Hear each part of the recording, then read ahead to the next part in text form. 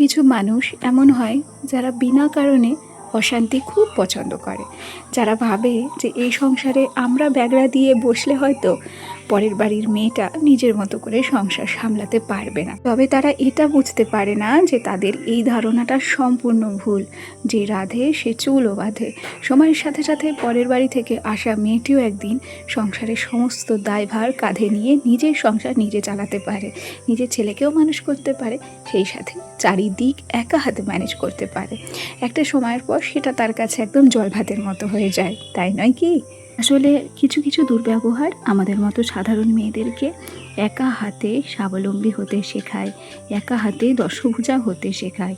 তাই সংসারে একটু হলেও ঝামেলা অশান্তির দরকার আছে। আমি বলবো এই কারণেই দরকার আছে, যারা ভালো মানুষের মুখোশ পরে থাকে, যাদেরকে বাইরে থেকে সবাই দেখে খুব ভালো ভালোভাবে, তাদের মুখোশটা অন্তত টেনে খোলার জন্য একটু একটু অশান্তির দরকার আছে। সব দিন যে পরের বাড়ির মেয়েটাই কথা শুনে যাবে, বেশি কথা শুনে যাবে, সেই সব কিছু ভোগ করবে, এটা তো হয় না, এটা তো হতে পারে না।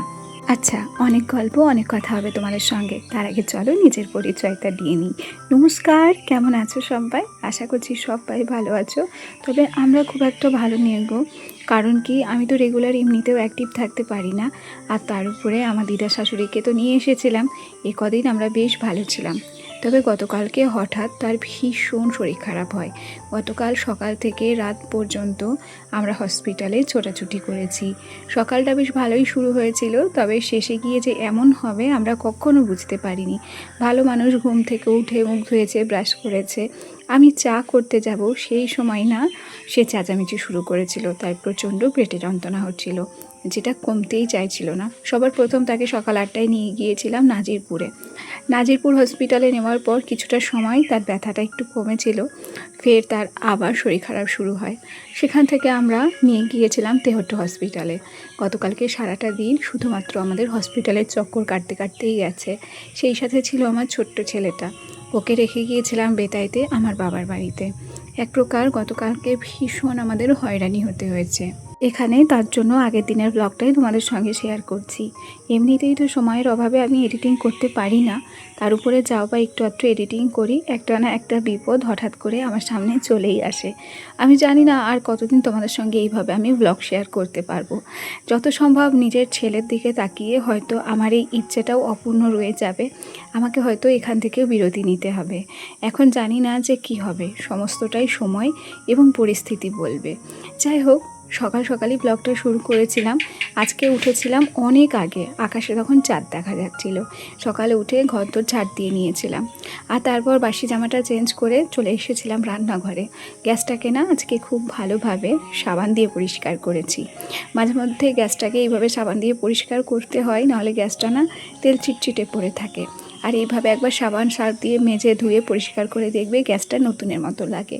আগের দিন গিয়েছিলাম নাজিরপুর বাজারে, সেখান থেকে না দুধ চা খাওয়ার জন্য এই আমুলিয়া ডেয়ারি হোয়াইটনারটা নিয়ে এসেছি। আসলে আমি তো গরু দুধের চা খেতে খুব একটা ভালোবাসতাম না, তবে একটু একটু করে না গরু দুধের চা খাওয়ার প্রতি আমার একটা নেশা হয়ে গিয়েছিল, আর সেখান থেকে শরীরটাও বেশ খারাপ হতো। তাই আমি মাঝে মধ্যে এই দুধটা কিনে নিয়ে আসতাম। তবে এবার কি করেছি জানো, এবার না একদম বড় প্যাকেটটা কিনে নিয়ে এসেছি। ঘন ঘন তো আর নাজিরপুরে যাওয়া হয় না, আর ঘন ঘন জিনিসটা কেনাও হয় না, তাই একেবারে বড় করে কিনে নিয়ে এলাম। আর কি হয়েছে জানো, আমার ছেলের গতকালকের দুধটা ফ্রিজেই রাখা ছিল, তবে গতকালকে একটু মেঘ হয়েছিল, বৃষ্টি হয়েছিল, ফ্রিজের প্লাগটা খুলে রেখেছিলাম, তাই আমার ছেলের দুধটাও নষ্ট হয়ে গেছে। ভাগ্যিস এই দুধটা আজকে এনেছিলাম, তাই সকালবেলা ছেলেটাকে দুধ কমপ্লেন গুলে দিতে পেরেছি, নাহলে অন্য কিছু খাওয়াতে হতো। ওদিকে সোনার খাবারটা রেডি করে নিয়ে এখন আমরা 3 জনের জন্য 3 কাপ চা করে নিয়েছি। আর যেহেতু আমরা গরুর দুধের চা খাবো না, আর আমার বড় খুব একটা গরুর দুধের চা পছন্দ করে না, পাউডার দুধ হলে তাদের আর কোনো সমস্যা থাকে না, তাই 3 জনের জন্যই একটু এই পাউডার দুধটা গুলে নিলাম। তবে পাউডার দুধের স্বাদ আর গরুর দুধের স্বাদ কিন্তু দিন রাত তফাৎ, জানো তো। আমার কাছে সব থেকে টেস্টি লাগে গরুর দুধের চাটা। তবে বর্তমানে গরুর দুধের বিকল্পটা আমি খুঁজে নিয়েছি। এখন ভাবছি এই দুধটা দিয়ে না চা বানাবো। আর বিস্কুটটাও শেষ হয়ে গেছে, তবে আমার বর ওই অফিসে থাকাকালীন হয়তো যখন ডিউটিতে যায় বেশি দেরি হলে হয়তো বিস্কুট কিনে খায়, তাই 2 প্যাকেট গুড ডে বিস্কুট ওর ব্যাগে ছিল, সেটা দিয়ে আজকে সকালের টিফিনটা করলাম। চাটা রেডি করে আমি এসেছি হচ্ছে বাইরে। খেয়াল করে দেখো কিছু সময় মেঘ ঘনিয়ে আসে, মনে হয় এই বুঝি বৃষ্টি এলো, এই বুঝি বৃষ্টি এলো। আবার দেখো খানিকের মধ্যেই সব কিছু পরিবর্তন হয়ে যায়। ইদানিংকালে বেশ গরম পড়ছে আর ঝড়ও হচ্ছে বিকেলের দিকটাতে। জানো, আমার ঘরের সামনে যে গাছটা আছে তার একটা ডাল ভেঙে পড়েছে আগের দিনের ঝড়ে। আমরা ভীষণ ভয় পেয়েছি, ভীষণ বাঁচা বেঁচে গেছি। আমার বরকে বলেছি এবার যেন গাছের উপরে যে ডাল দুটো আছে সেটা কেটে দেয়। গাছটা সে কাটতে চাইছে না, কারণ তার ইচ্ছে আছে গাছটা দিয়ে ঘরের কিছু বানানোর। সেই জন্য গাছটা রেখে দেবে, উপরের ডালগুলো সব কেটে পরিষ্কার করে দেবে। এখানে আমরা 3 জন চা খেতে বসে গেছি, তবে আমার বর এখনও পর্যন্ত ব্রাশ করছে। তার চাটা ঠান্ডা না হওয়া পর্যন্ত সে আবার খেতে পারে না। অফ ক্যামেরায় চাটুকু খেয়ে নিয়েছিল। এরপরে আমি গিয়েছিলাম আধার কার্ড ঠিক করতে। আসলে আমার আধার কার্ডে না ফোন নাম্বার লিঙ্ক করা ছিল না, সেটাই আমি আজকে লিঙ্ক করে এলাম। আর ফেরার পথে একটুখানি আমাদের এই মরগাঙের ছবিটা তোমাদের সঙ্গে শেয়ার করলাম। কিছুদিন আগে এখানে ভীষণ জল ছিল, তবে এত খরা পড়েছে বৈশাখ মাসের এই তপ্ত দুপুরবেলা সমস্ত কিছু শুকিয়ে গেছে। আর ওই মরগাঙে এখন ধান পাট এগুলোই লাগানো হবে। যাই হোক, আমাদের কিন্তু অসহ্যের আজকে 9 দিন। আজকে কিছু ধোয়া কাচা আমরা করে রাখবো। সকালবেলাতেই আমি সমস্ত কিছু রান্নাবান্না করে রেখেছি। এখন কলের পরে ভীষণ রোদ চলে এসেছে, রান্নাবান্না হয়ে গেছে, তো ভেবেছি বেশ কয়েকটা জামা কাপড় আজকে কেচে দিই। আজকে যেগুলো ধোয়া কাচা করব সেগুলো আর ছোবো না, সেগুলোকে পরে একটা জায়গায় রেখে দেওয়া হবে। আবার কালকে 10 দিন, কালকে বাদবাকি সমস্ত কিছু ধোয়া কাচা করে তারপর কিন্তু আমাদের ঘোরও কার্য আছে। খেয়াল করেছো তোমরা, অনেক দিন কিন্তু আমি সিঁদুর পরতে পারি না, শুধুমাত্র অসহ্যের কারণে। আর কাজের ফাঁকে ফাঁকে আমি কিন্তু বিছানা কাঁথা কম্বল সমস্ত কিছু গুছিয়ে রেখেছিলাম, আর সেই সাথে শোকেসটাকেও পরিষ্কার করে রেখেছি।